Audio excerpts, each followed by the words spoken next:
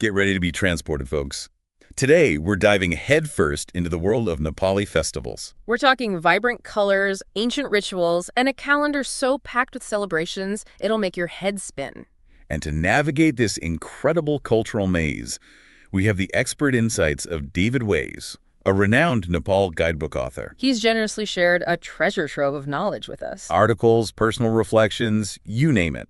We've got his recommended must-see festivals from 2025 all the way to 2027. Plus, his unique perspectives on major celebrations like Holi, Shivaratri, and Jatra. It's fascinating stuff. So our mission today is to distill all that fantastic information and present you with the heart and soul of Nepal's festival culture. We'll uncover what makes each event so special and give you a glimpse of what it'd be like to actually be there. Who knows? You might even find yourself inspired to plan your next trip around one of these extraordinary celebrations. Oh, and we'll throw in some practical tips too, like are shops and services open? Right. You know, the essentials. What strikes me is the sheer volume of festivals.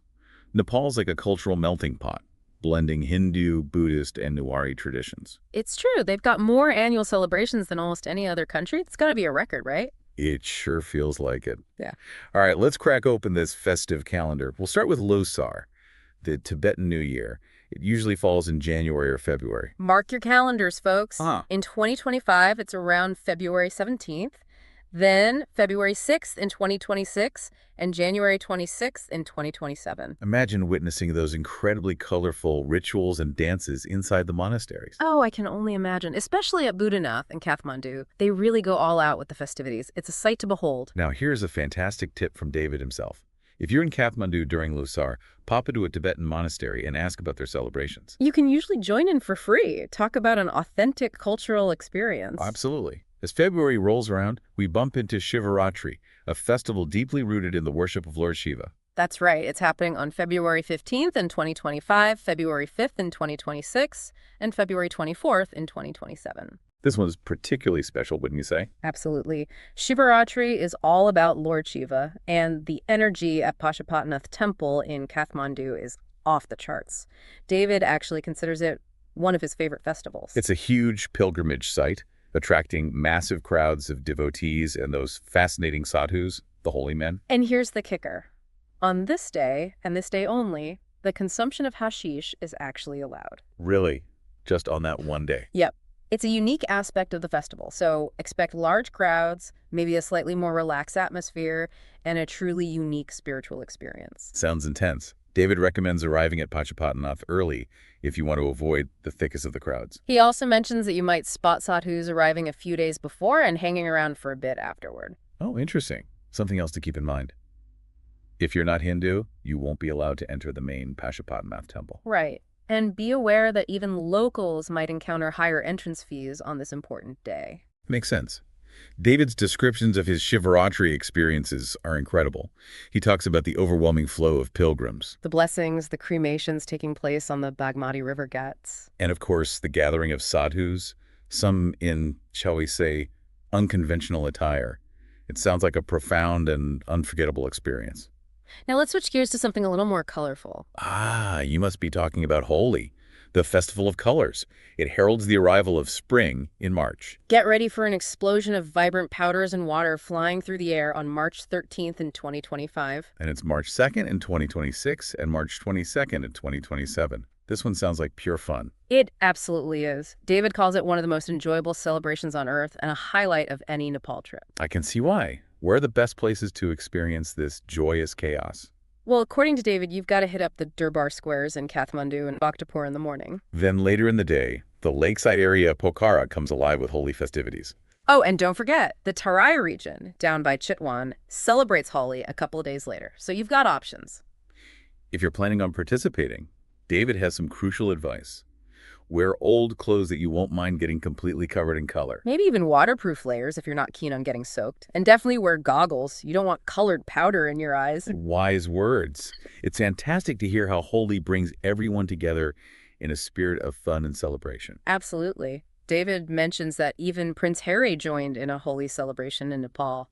If it's good enough for royalty, it's good enough for us. As we move into April, we have Bisket Jatra coinciding with Navavarsha, the Nepali New Year. That's April 13th in 2025, April 14th in 2026, and back to April 13th in 2027. Now, the Nepali New Year is celebrated nationwide, but for a truly spectacular experience, David recommends heading to Bhaktapur. He mentioned something about the Nepali calendar being different from ours, right? Yes.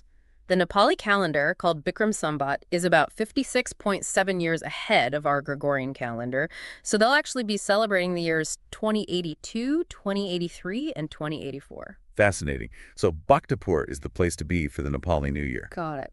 As we transition into late April and early May, we come across Buddha Jayanti, celebrating the birth of Buddha. That's on May 4th in 2025, May 23rd in 2026, and May 12th in 2027. You'll find processions taking place across Nepal during this time. If you're looking for the most significant celebrations, David suggests either Bhaktapur or Patan. Of course, Lumbini, the birthplace of Buddha, is also a special place to be during Buddha Jayanti. Absolutely, but book your accommodations early if you plan on going there. It gets very busy. June or July brings us to Ropain, the rice planting festival, where things get a little more hands-on. In 2025, it's on June 29th. The dates for the following years are still to be announced. It marks the start of the monsoon rice planting season, and you can actually participate in the planting yourself. Get ready to get muddy. I love that. Where's the best spot for tourists to experience this? David recommends Pokhara. You can easily find farms there, or look for events organized by the tourism board. Great tip. And what about attire? Should we pack our Sunday best? I wouldn't recommend it. Wear conservative swimwear or just clothes you don't mind getting covered in mud. Excellent point. And a little money-saving tip from David. Observing or even participating in the rice planting is usually free. Skip those pricey organized tours and get right into the action. Now, August is a busy month. We kick things off with Janai Purnima, the Sacred Thread Festival. That's August 8th in 2025, August 28th in 2026, and August 17th in 2027. Tell us more about this one. It's a significant ritual welcoming young men into manhood. I see. And where's the best place to witness this? It seems like Kathmandu is the main hub, but you might find local celebrations elsewhere too. Got it. And David mentioned that it often falls close to another major festival, Gai Jatra, right? You got it. Gai Jatra, the Festival of Cows, is on August 9th in 2025, August 29th in 2026, and August 18th in 2027. It's a truly unique celebration. Unique in what way? Well, it's a festival that celebrates death, but it's also infused with humor and colorful processions. That is unique. What's the story behind that? It's believed that King Pratap Manala started incorporating humor into the festival to comfort his wife after their son passed away. That's actually quite touching. So what are the main traditions during Gai Jatra? Families who've lost someone in the past year lead a cow in a procession. If a cow isn't available, a young boy often takes its place. Interesting. Where are the best spots to witness this unusual celebration? David recommends Kathmandu Daura Square for the biggest celebrations. Bhaktapur is also incredible, with uniquely decorated chariots.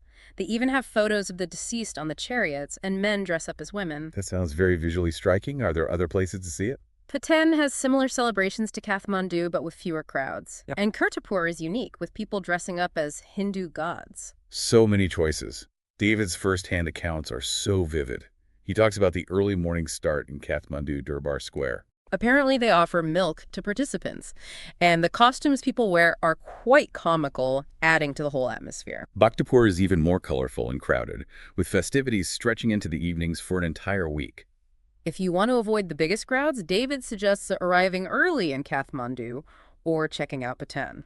He also mentions that it's possible to visit Kathmandu, Patan, and Bhaktapur all in one day if you're feeling ambitious. Just use taxis and buses to get around and experience all the different flavors of Gai Jatra. Great advice. Following closely on the heels of Gai Jatra is Tej, the Festival of Women. That's on August 26th in 2025, September 15th in 2026, and September 4th in 2027. What can people expect during Tej? Well, women traditionally fast and wear beautiful red clothing. And where's the main gathering place? Kathmandu Durbar Square, especially from mid-morning through the afternoon. Then we have Yenya, also known as Indra Jatra, and Kumari Jatra, which is Kathmandu's biggest festival. It's a week-long celebration. Mark your calendars for September 5th in 2025, September 25th in 2026, and September 14th in 2027.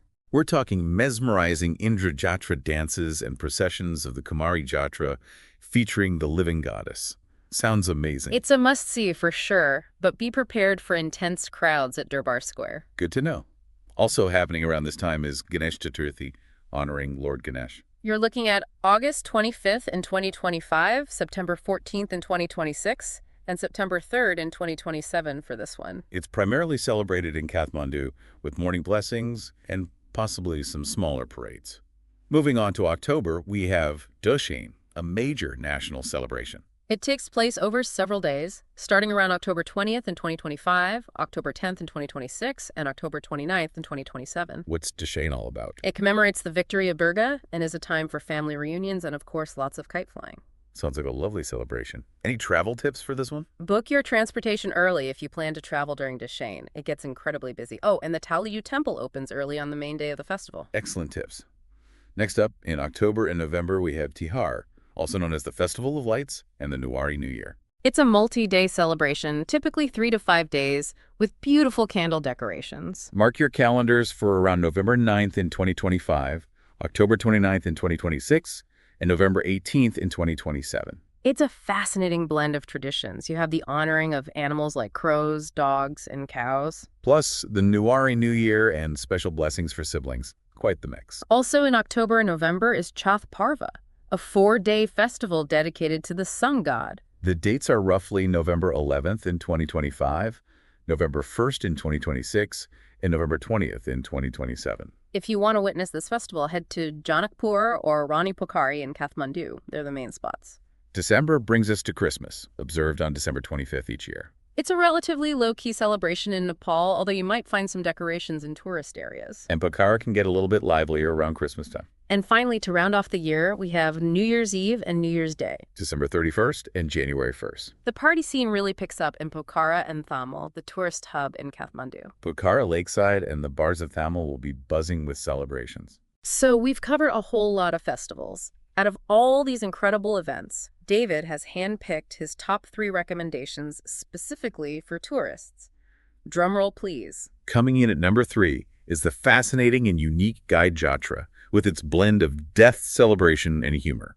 In second place is the spiritually charged and visually stunning Shivaratri, the night dedicated to Lord Shiva.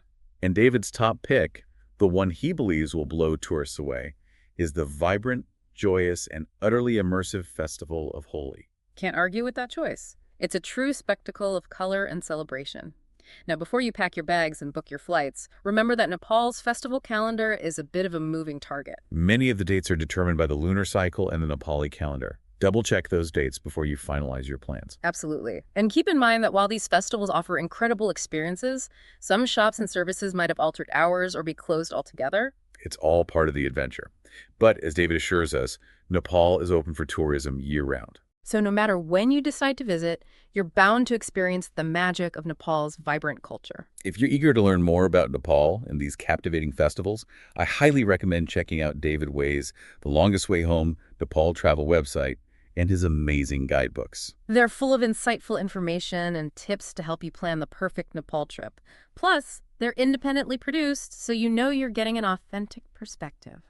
So, as we wrap up this whirlwind tour of Nepal's festival scene, which event has captured your imagination? Would you find yourself drawn to the colorful chaos of Holi or the spiritual intensity of Shivaratri? Each festival offers a unique story waiting to be discovered. We encourage you to delve deeper into these traditions. Who knows, maybe you'll even find yourself experiencing the magic of a Nepali festival firsthand. What a story that would be. Until next time, happy travels.